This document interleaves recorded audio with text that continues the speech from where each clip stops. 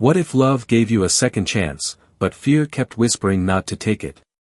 That's the thought running through Amy's mind tonight as she stands in her kitchen, staring at the table she's set. The candles flicker softly. It's not a special occasion, not really. Just dinner with her family. But her heart beats a little faster than usual. It's nothing fancy, she says with a shy smile, brushing a loose strand of hair behind her ear. Just dinner with my family. Her partner smiles back. That sounds great. And maybe a little terrifying. Amy laughs softly. They'll be on their best behavior. I think. But the air between them holds something more. It's not just about dinner. It's about what the dinner means. I guess it feels like we're making it official, he admits, half joking, half serious. Amy pauses. The truth hangs in the air. Everyone already knows about them, except for one person. Lindy, she says quietly. Her voice trembles slightly when she says her daughter's name. The silence that follows isn't awkward. It's heavy with meaning. Yeah, he replies, his tone softening. Maybe we should tell her. Amy looks down for a moment, tracing the edge of her mug with her finger. I want to. I really do. But I don't know how she'll take it. She loves you, he says gently. And she knows I care about her too. Amy smiles, but it's faint, unsure. She does. And Molly's part of the package, so that gives you some bonus points. They both laugh. For a brief second, it feels light again, like the weight of the past doesn't exist. But it does. It always does. It's just, Amy hesitates, her voice growing quiet. It's only been her and me since Ty passed away. I don't know if telling her will open up some old wounds. Or remind her of everything she's lost. He steps closer, not saying a word at first. His silence isn't empty, it's understanding. I get that, he says finally. You just want to protect her. And I get it more than you think. Amy exhales slowly. I just want to be careful. I want to do this right. He nods. As long as you know I'm here for you. No matter how long it takes. She looks at him then, really looks, seeing not just the man in front of her, but the promise behind his words. Are you? She asks quietly. For good. There's no hesitation this time. Yeah. For good. Her eyes soften. A hint of relief, a touch of hope. I'm lucky, she whispers. He smiles. I'd say we both are. The next morning comes too early. The sky is pale, stretched thin with light, and Amy's eyes open before the alarm. She lies still, listening to the quiet. The sound of birds outside. The soft rhythm of her own breathing. Her thoughts drift back to last night, to the way he said for good, like it was a promise he'd already kept. The words replay in her head, steady and warm. But behind them, another thought lingers. What if Lindy isn't ready for this? She sits up slowly, pressing her hands together. She's faced wild horses with more certainty than she feels right now. There's a knock on the door. Mom. Lindy's voice breaks the quiet.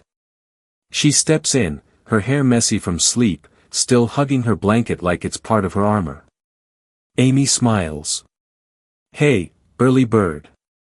Lindy shrugs. Couldn't sleep. Amy pats the spot beside her. Come here.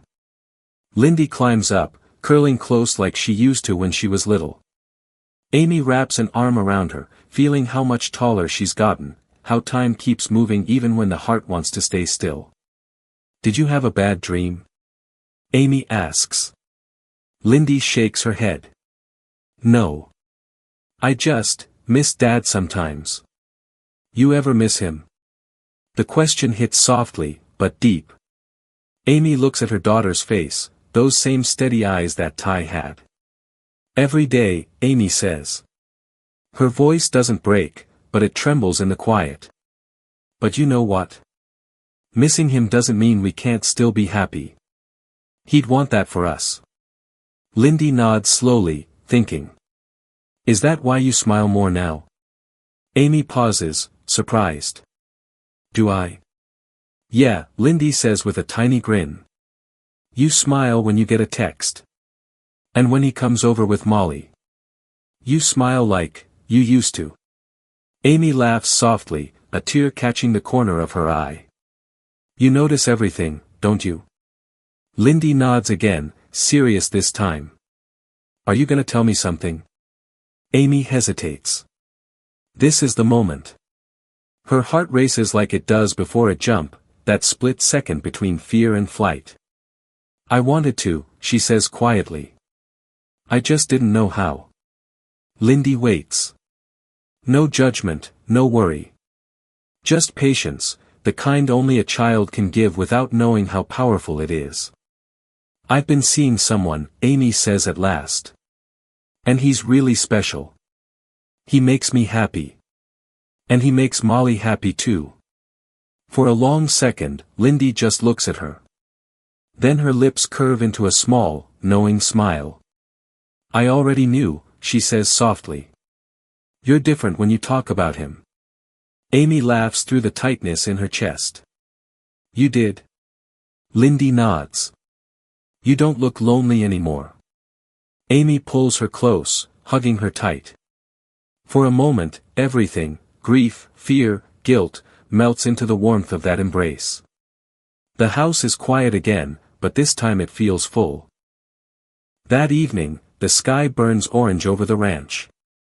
The kind of light that makes everything look softer, like the world itself is trying to heal old scars. Amy stands on the porch, watching Lindy and Molly chase each other across the field. Their laughter carries in the wind, the kind of sound that fills empty spaces without asking permission. He steps up behind her, quiet as always. She doesn't need to turn around to know it's him. I told her, Amy says softly. He doesn't answer right away. And she knew. Amy smiles faintly, shaking her head. She already knew. Said I don't look lonely anymore. He lets out a breath that sounds like a laugh. Smart kid. Yeah, Amy says. Smarter than me sometimes. They stand side by side for a moment, watching the girls run through the fading light. Amy's hand brushes his. He takes it gently, not forcing it, just there, steady and sure. You know, he says, when I first met you, I thought you had this wall around you. Like the world had to prove itself before you let it in. Amy smiles without looking at him. Maybe I did. But you didn't walk away. Didn't want to. Why? He thinks about it, then says, because I saw someone who didn't need saving. Just someone who deserved to be happy again. Amy looks at him then, her eyes catching the last light of sunset. You make it sound simple. It's not, he admits. But it's worth it.